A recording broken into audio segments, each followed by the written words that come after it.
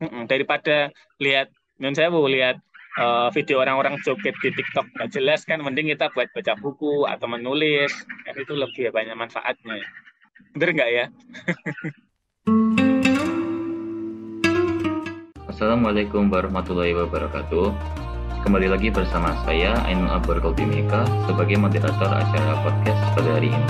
Dan kita kembali pada part 2, yaitu lanjutan dari part 1 yang kemarin sudah diupload ya. Kembali dengan Mas Pandit, mungkin saya akan lanjutkan pertanyaan untuk yang kemarin ya. Jadi Mas Pandit ini kan kayak sudah sangat terlatih gitu ya, sudah sangat berpengalaman dalam hal kepenulisan ya Mas. Nah itu apakah Mas Pandit kayak punya tujuan atau cita-cita gitu yang diraih dengan penulisan ini Mas? Ada motivasi tertentu gitu? Ya kalau terlatih dan berpengalaman enggak deh, masih sama-sama belajar ini. Perlu banyak belajar. Terus apakah mungkin Mas Pandit kayak ada motivasi gitu Mas? Apakah ada tujuan tertentu dalam menulis gitu? Tidak ada tujuan khusus dalam menulis ya, karena uh, pada tadi kan di sebelumnya kan kita sudah bahas ya, kalau menulis itu memanjangkan usia. Jadi kalau mau tujuan khusus nggak ada, menulis ya senang aja dengan menulis, menulis memberikan manfaat ya udah dilakukan. Jadi ya, itu orangnya yang agak pragmatis kayak gitu. Untuk hal yang lain-lain yang kiranya ada benefitnya itu tak anggap sebagai konsekuensi logisnya kayak gitu. Jadi nggak ada tujuan khusus. Bagiku kalau misalkan hal itu bermanfaat, manfaatnya banyak, terus bisa dilakukan, ya udah tak lakukan gitu. Pokoknya menyenangkan dan emang ada manfaatnya gitu Mas. Nggak ada tujuan tertentu gitu. Daripada lihat, menurut saya lihat video orang-orang joget di TikTok nggak jelas kan, mending kita buat baca buku atau menulis, kan itu lebih banyak manfaatnya. Bener nggak ya? Saya setuju sih Mas. Ya. Mungkin selama menulis ini kayak Mas Pantit mungkin ada kayak karyanya yang sudah dibuat itu, karya yang mungkin paling baik itu apa ya Mas? Mungkin bisa Ada, pakai referensi gitu. ada. Karya yang menurutku paling bagus ya buku nikahku deh. Kenapa Mas kok bisa jadi yang terbaik gitu? Ya iyalah, ada buku nikah yang nggak sah dong nanti secara negara. Buku nikah yang dua itu loh nggak paham kayak Albar gitu. Buku yang mana ya Mas? Buku nikah KUA. Oh, Enggak, ter wah, di bawah umur kayaknya Albar ini. saya Enggak, masih enggak, belum paham. enggak, guyan. Kalau karya terbaik itu nggak ada khususnya deh. Bagiku pribadi, semua tulisan mulai dari yang dari awal-awal dulu yang masih belajar nulis, sampai tulisan yang sekarang, dari tulisan jurnal yang misalkan jurnal Indonesia lokal, jurnal Sinta, sampai jurnal Scopus Q1 itu bagiku pribadi itu punya kenangannya sendiri-sendiri. Jadi kalau ngomongin karya terbaik itu aku nggak mau menganaktirikan karena bagiku apa ya, aku puas dengan tulisan-tulisan itu walaupun itu jelek, walaupun itu bagus, itu aku puas sama semuanya. Jadi kayak masing-masing itu ada warna dan rasanya sendiri-sendiri. Semuanya baik. Oke, siap Mas. Tadi saya masih kurang fokus ya Mas ini. Kurang paham. Belum usia. Iya Mas. Mungkin selama selama pengalaman menulis gitu ada kayak pengalaman unik gitu Mas. Kayak apa ya? Misal misal tiba-tiba bukunya terjual banyak atau kayak gimana gitu Mas. Bisa mungkin diceritakan ke pemirsanya gitu. Eh, Pengalaman unik ya ada tentunya pengalaman unik itu. Kayak misalkan yang terbaru ini ya, itu kita kan coba nulis tentang systematic review tentang myokarditis. Miokarditis itu radang jantung pada kasus setelah vaksinasi COVID. Nah, itu dulu mangkrak kan, tapi setelah ada bantuan, akhirnya kita coba submit lagi. Terus ternyata dari reviewernya itu mengembalikan, ada 4 reviewer di jurnal Gius, satu kan bagus emang. Itu satunya ACC, yang terakhir itu ngasih revisi, disuruh search ulang. Terus kita akhirnya search ulang artikelnya, dan ternyata kita seperti mengerjakan ulang itu, bahkan dengan artikel yang 3 kali lebih banyak. Jadi pengalaman uniknya itu macam-macam. Ada pengalaman unik itu menulis itu tanda kutip hal yang tidak kita bayangkan dapat revisi Mayer kayak gitu. Tapi di sisi lain ada juga kita nulis jurnal Scopus juga, tapi seakan-akan nggak lolos Scopus gitu loh. Tapi ternyata itu langsung di ACC sama editor sama reviewernya itu.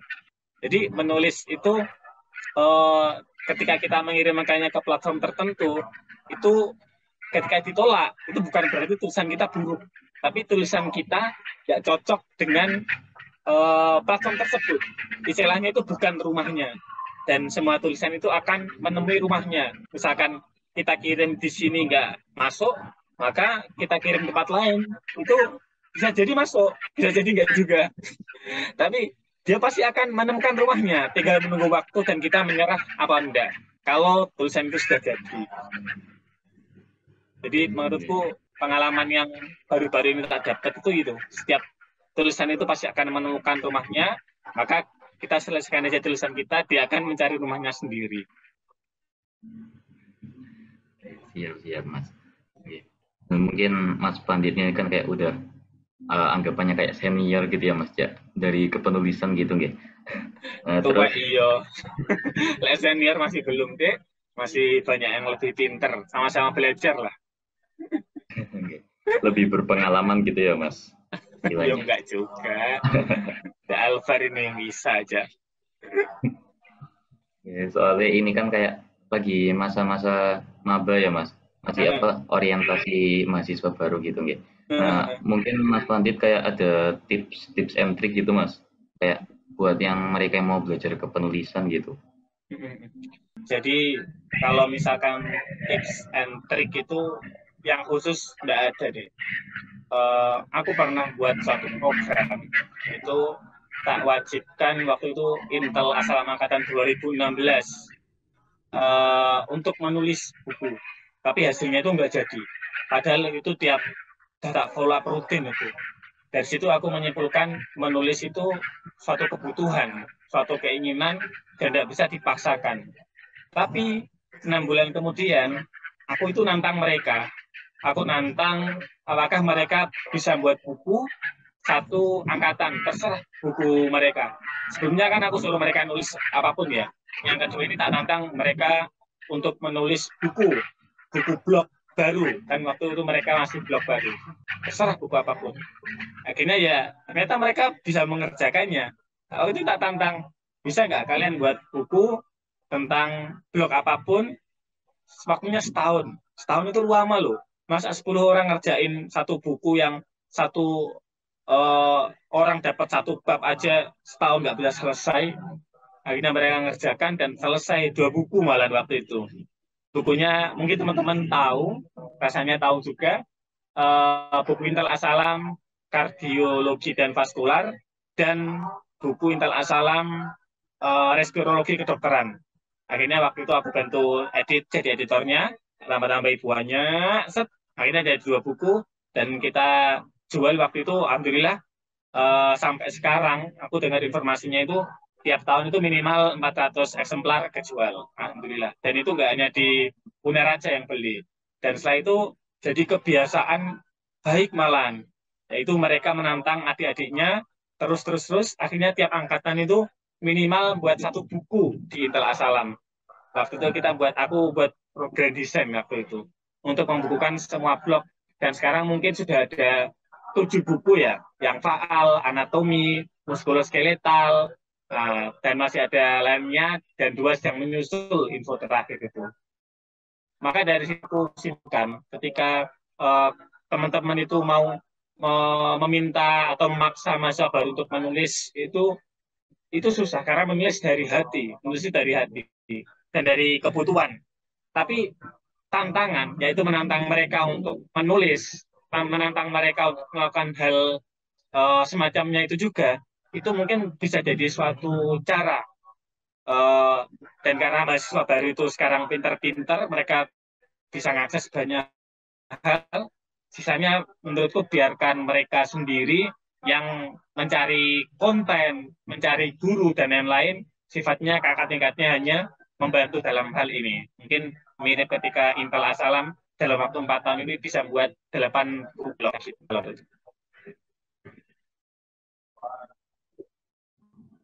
Jadi kayak kita itu lebih pengen melakukan sesuatu kalau kita ditantang ya Mas, daripada disuruh gitu ya. Iya, apalagi anak muda sekarang. Misalkan Albert tak suruh ambil tak suruh rangkum koran ini, rangkum bacaan berita-berita di koran hari ini, kan nggak mau ya. Tapi ketika diberikan tantangan yang mungkin lebih sulit, minta kasih seminar, bisa nggak buat buku ini? Masa kamu nggak bisa? Maka itu cenderung lebih bisa daripada disuruh-suruh. Itu tipikal anak-anak sekarang. Dan mungkin kita pun juga ada sedikit banyak kayak gitu. Oke. Kayaknya emang perlu ditantang dulu ya Mas. Kayak gitu. Ya, tantang aja pokoknya. Siap. Terus mungkin untuk karena kita sudah mendekati akhir video ya Mas, mungkin dari Mas Pandit sendiri ada kayak pesan untuk para pemirsa yang menonton gitu Mas, di pesan dan harapan buat yang nonton video podcast ini. Untuk pesan terhadap teman-teman, menulis itu adalah salah satu bentuk amal jariah yang tidak terputus-putus. Bahkan ketika sudah menulis, lalu kita ternyata meninggal dalam keadaan meniatkan menulis memberikan manfaat, walaupun tulisan itu belum selesai, insya Allah itu tetap jadi amal jariah. Maka selagi ada kesempatan, carilah konten yang banyak, entah itu pengalaman berorganisasi, entah itu pengalaman lomba, atau teknik-teknik menulis. Nah, itu carilah pengalaman yang banyak, konten yang banyak untuk dituangkan dalam tulisan, dan silahkan berkarya. Nggak usah banyak-banyak, misalkan setahun 1 jurnal, atau 1 semester 1 jurnal, atau setahun 1 buku. Sudah 20 tahun itu akan menjadi 20 buku atau 20 jurnal. Dan itu ketika dibaca orang lain, akan memberikan kebaikan juga pada orang lain dan kebaikan pada diri kita sendiri. Bahkan ketika kita sudah tidak ada, atau ketika kita tidak di tempat tersebut. Mungkin itu closing statement dari aku. Oke, siap. Alhamdulillah ya, materinya sangat inspiratif gitu ya Mas. Beserta closing statement-nya tadi kayak mantap banget gitu. Jadi mungkin sekian dulu video podcast kita hari ini. Part 2-nya berakhir, dan mungkin terima kasih banyak kepada Mas Pandit yang sudah membagikan ilmunya semua, dan semoga manfaatnya bisa dirasakan bagi kita semua dan Mas Pandit sendiri. Oke, kurang lebihnya mohon maaf. Wassalamualaikum warahmatullahi wabarakatuh. Waalaikumsalam warahmatullahi wabarakatuh. Matur nuwun.